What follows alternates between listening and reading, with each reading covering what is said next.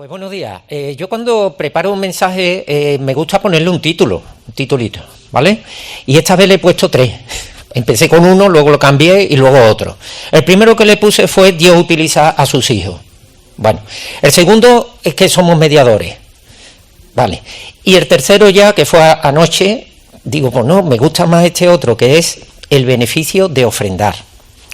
Si juntáramos lo que llevamos visto de Primera de Corintios y Segunda de Corintios, han surgido muchos temas, han ido saliendo temas, un tema, otro tema, lo hemos ido aquí hablando, y ahora tenemos un tema que viene a ser continuación de lo que ya se empezó en el capítulo 8, estamos en el capítulo 9 de Segunda de Corintios.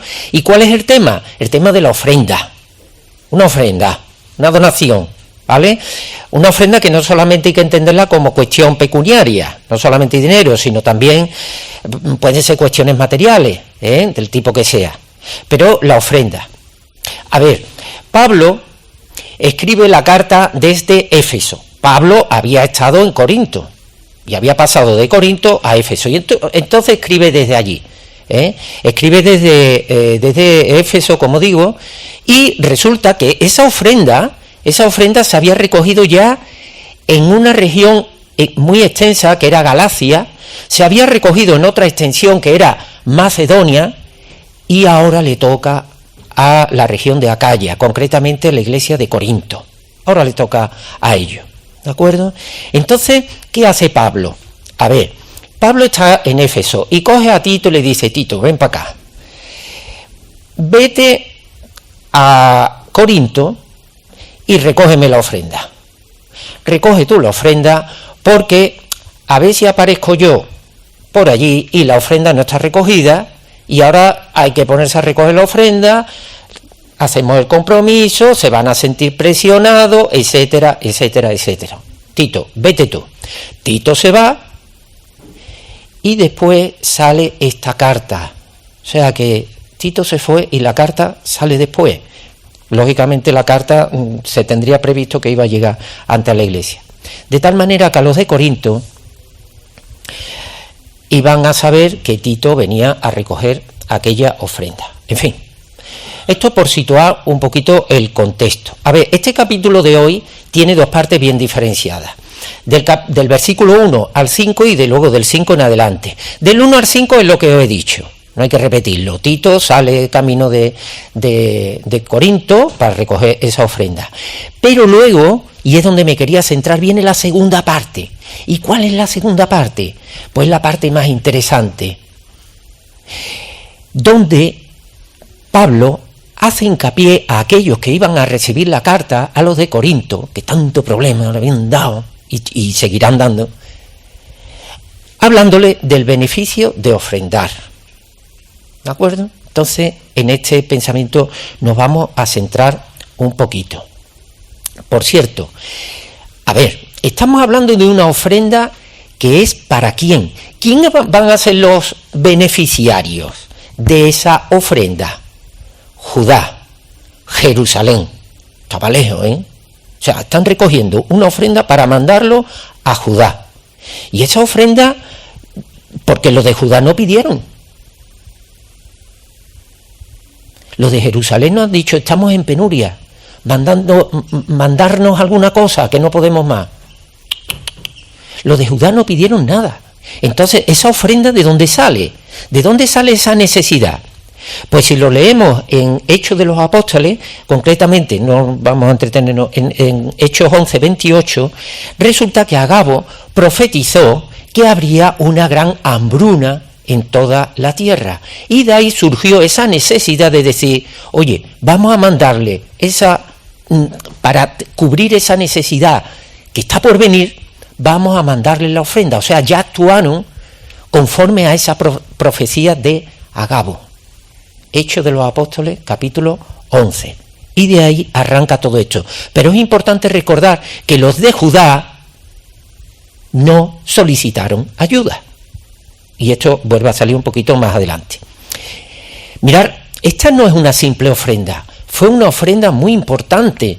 De hecho, aparece en varios capítulos. Aquí a los de Corinto, pero también aparece en Romanos 15. O sea que fue un hecho bastante importante, fue un hecho significativo. ¿De acuerdo? Vamos a leer, Miriam, si lo tienes por ahí, 2 versículos que nos lo encontramos en el capítulo de hoy, son los versículos 6, 7, bueno, y un tercero, y el 8, versículo 8. ¿Qué dice el versículo 6? Dice, pero esto digo, el que siembra escasamente, también segará escasamente. Bien, y el que siembra generosamente, generosamente también segará. ¿De acuerdo? Cada uno dé como propuso en su corazón, no con tristeza, ni por necesidad, porque Dios ama ¿a quién? Al dador alegre. A ver, ¿qué ocurre? Que yo tengo que ofrendar, me tengo que acercar aquí a la cajita que tenemos, tengo que cubrir una necesidad, que eso está bien, pero encima con alegría. ¿No me lo estás poniendo un poquito complicado? Hombre, está bien que yo haga esa donación, haga esa ofrenda, pero bueno, ya está, no me pidan más. ¿Qué quiere? Encima contento, encima alegre, que voy cantando. Vamos a leer el versículo 8. ¿Qué dice el versículo 8? Dice, y poderoso es Dios para hacer que abunde en vosotros toda gracia, a fin de que, teniendo siempre en todas las cosas todo lo suficiente, abundéis para toda buena obra. ¿Qué significa esto? Pues mira, te está diciendo, si tú tienes tus necesidades cubiertas, es bueno ofrendar, es bueno ofrendar. Y dice, poderoso es Dios para hacer que abunde en vosotros, me incluyo, toda gracia. Ya estuvimos viendo en capítulos anteriores, gracia, ¿a qué término se refiere? Viene del término caris, que significa bendición, tener disposición para cubrir una necesidad. Se habla que Dios es gracia, está siempre dispuesto a atender nuestras necesidades. Pero fijaros lo que dice aquí, poderoso es Dios para hacer que abunde en vosotros. Es decir, no solamente Dios tiene gracia con nosotros, está dispuesto a atender nuestras necesidades, sino que Dios también es capaz de inocular, de introducir esa gracia en cada uno de los que aquí estamos. Dios tiene gracia con nosotros, tiene esa disposición favorable para cubrir necesidades, pero Dios también tiene la capacidad para introducir en cada uno de nosotros esa capacidad de cubrir las necesidades del que tengo al lado. Vale.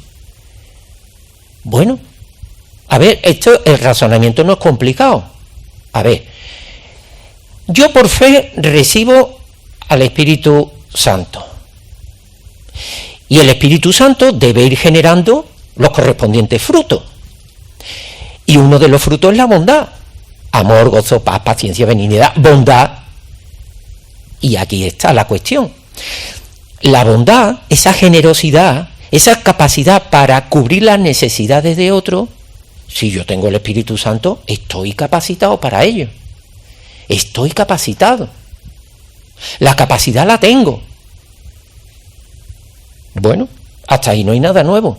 Pero es que encima me dice que tengo que estar alegre. ¿Y esto dónde está? ¿Esto dónde lo pone? Yo tengo también la capacidad de ofrendar alegremente. Alegría, alegre, viene del término hilaros. ¿Y qué significa? Pues significa tener la voluntad de hacerlo, tener el deseo, hacerlo con agrado, de buena gana, de corazón, hacerlo convencido, a ver si nos entendemos. Entonces, a ver, yo tengo la capacidad, puedo hacerlo, pero quiero, ¿estoy dispuesto a hacerlo de buena gana? ¿Lo hago de corazón o voy arrastrando los pies? ¿Cómo lo hago? Por lo tanto, estaríamos hablando parafraseando esto, que Dios se agrada en aquel que es bondadoso voluntariamente, sin estar forzado, haciéndolo de corazón, lo que no es difícil. ¿Y por qué no es difícil? Porque sabemos que Dios es fuente de gracia, y Dios tiene gracia con sus hijos, pero también puede proveer de gracia a sus hijos. Una cuestión interesante, para que esa gracia, para que esa disposición a atender la necesidad del prójimo sea una realidad. En definitiva, la capacidad la tenemos, pero ¿y tu voluntad dónde está? Esto es como el que nace con una capacidad innata para realizar una actividad física destacada, pero luego ¿qué ocurre? Que no te da la gana. Por pereza, porque tus intereses son otros, pero tú la capacidad la tienes, sí. Entonces el Señor nos ha capacitado. Otra cosa es lo que queramos.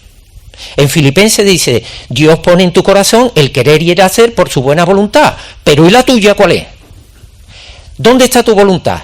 Porque la capacidad, insisto, la tienes. La capacidad la tienes. Hermanos, recordemos, ya Paco en la presentación ha hecho referencia a ello al principio.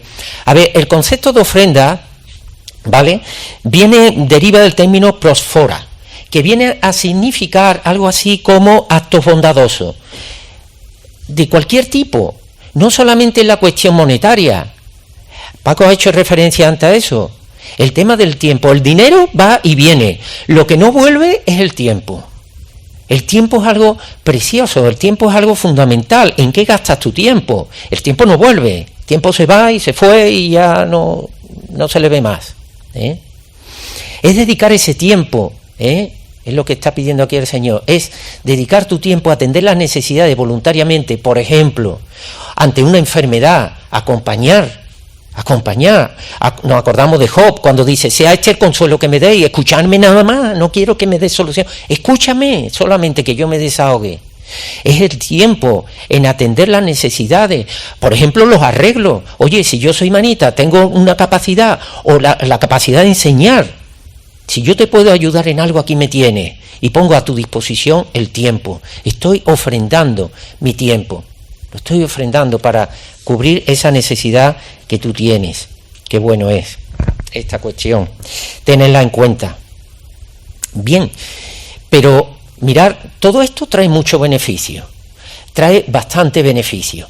A ver, de momento, si yo veo a un hermano necesitado y le ayudo, le echo una mano, primero, estoy cubriendo esa necesidad, primero, algo material o necesidad de ayuda que sea, eso es lo primero. Lo segundo, le estoy diciendo que no está solo.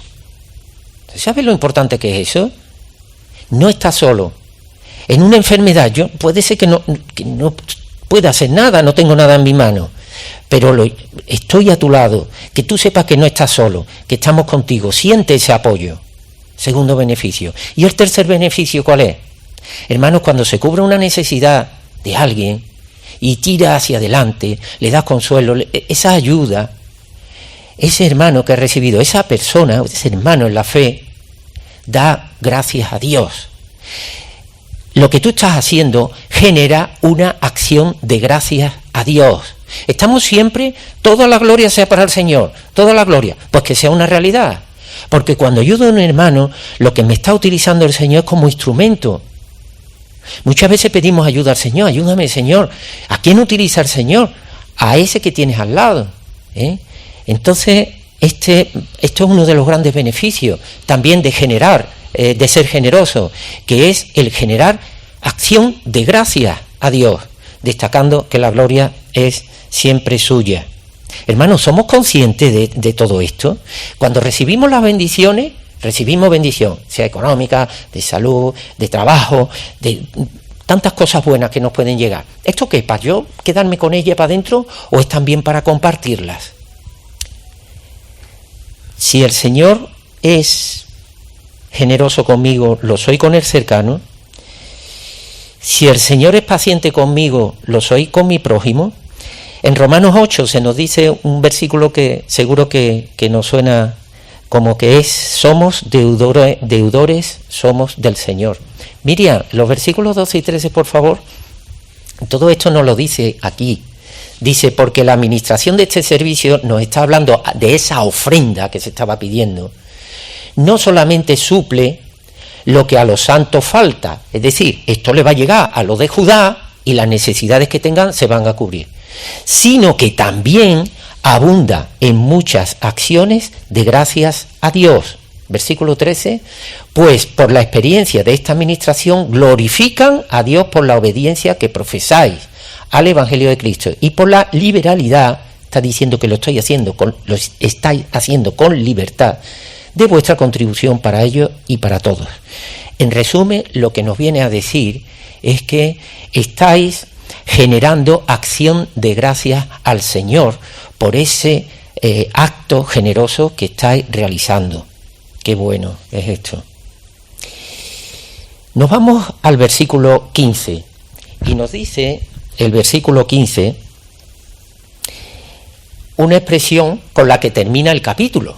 Fijaros, qué cosa. Gracias a Dios por su don inefable. ¿Eso de inefable qué significa? Inefable, indescriptible, que no se puede explicar con palabras. Uy, ¿y qué puede ser eso? ¿Qué puede ser que no se pueda algo explicar con palabras? Pues mire usted, el amor por un hijo.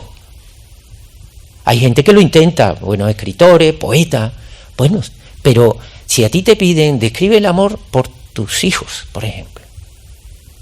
Descríbelo. ¿Cómo te debe? Esto es para vivirlo. Es que hay cosas que únicamente se pueden comprender si las vives. Una enfermedad grave, de repente te dan una noticia, una enfermedad grave. Descríbeme cómo te sientes. Esto, no hay palabra. Inefable. La pérdida de un ser querido. ¿Cómo te sientes? ¿Y cómo te lo explico? Es algo inexplicable, es una situación porque lleva un fuerte componente espiritual, es una vivencia personal. Pues a eso está haciendo referencia aquí Pablo. Pablo da gracias a Dios por su don inefable. ¿Y cuál es ese don inefable? Pues mirar, anteriormente ha estado haciendo referencia a ello, que por esa gracia que le ha inculcado, el pueblo puede obedecer con libertad. Nadie les obliga. De hecho, en el versículo 14, por no perder ya más tiempo, porque quedan pocos minutos, habla de la superabundante gracia de Dios. No habla de la mucha gracia de Dios, sino habla de superabundante. Y lo he buscado en griego y también utiliza esa palabra, superabundante. Parece como una palabra muy moderna, super guay, ¿no? Superabundante, pues así viene redactado en el griego original, superabundante. Es algo importante. Mira, el Señor podría atender directamente esa necesidad que tenían en Judá o que iban a tener en Judá. El Señor lo podía hacer directamente, pero dice, no, voy a utilizar a mi pueblo, para que sean los que cubran esa necesidad. Por eso habla de que este es un don inefable, inexplicable, cómo Dios utiliza a su pueblo para satisfacer las necesidades que tiene. Inexplicable. Dios es así. Por eso en 1 Corintios 16, en el primer capítulo, se nos dice que la cruz es locura para los que se pierden, pero para nosotros es poder de Dios, es locura. Y voy acabando. Una cosita. A ver si tenemos ahí el versículo 5, Miriam. A ver, cuando uno lee el capítulo 8 y el capítulo 9, tú dices, Pablo, que seguro estaba muy seguro de esa exigencia de la ofrenda. ¿De acuerdo? Te transmite la sensación como que esa ofrenda realmente se iba a recoger, estaba muy seguro de ello, incluso un puntito de exigencia. ¿Pero eso por qué? Mirad lo que dice en el versículo 5. Dice, por tanto, tuve por necesario exhortar a los hermanos que fuesen primero a vosotros. Tito se fue primero. Y preparasen primero vuestra generosidad, ¿qué dice aquí? Antes prometida. Es decir, que cuando Pablo escribe esto, los que estaban en Corinto ya les había a él prometido que harían una buena ofrenda. Las promesas. Y Pablo estaba seguro de que esa promesa se iba a cumplir. ¿Qué hacemos con nuestras promesas? Ahí tenemos en Eclesiastés, en el capítulo 5, y los versículos 4 y 5 que dice: cuando a Dios hace promesa, no tardes en cumplirla, porque Él no se complace en los insensatos. Cumple lo que promete, cúmplelo. Mejor es que no prometas y no te comprometas, ya está, cállate. ¿Qué hacemos con nuestros compromisos? ¿Compromiso qué significa? Con promesa, es decir, que has hecho una promesa de implicarte. ¿Qué hacemos con nuestros compromisos? Entonces ya que cada uno, si me comprometo a algo, especialmente con las cuestiones de la Iglesia, eso hay que tomárselo en serio. Y la palabra nos lo dice. Si no estás seguro, no te comprometas. No te comprometas. Ya está, no pasa nada. Hay que tenerlo esto muy en mente. Y otra pregunta. ¿Qué pasó con la ofrenda? Yo preparando el mensaje, un día dándole vuelta, una vuelta, otra vuelta, se me vino esto. Digo, ¿y qué pasó con la ofrenda? A ver, fueron a los de Corinto, recogieron, había una ofrenda importante de la región de Galacia, la región de Macedonia, fueron allí, a Jerusalén, ¿y qué pasó? ¿Qué ocurrió? ¿Qué fue de esa ofrenda? Fijaros que en Romanos 15, digo ya los versículos, del 25 al 31, Pablo pide oración. ¿Y sabéis por qué? Pide oración, ahí está escrito. Pide oración para que esa ofrenda sea aceptada. Lo que os dije al principio, ¿Jerusalén había pedido ofrenda? No. Pablo ora para que esa ofrenda que se había recogido la acepten. O sea, que podía venir de vuelta. Dios, esto es grande, ¿eh? ¿Qué pasó con aquella ofrenda?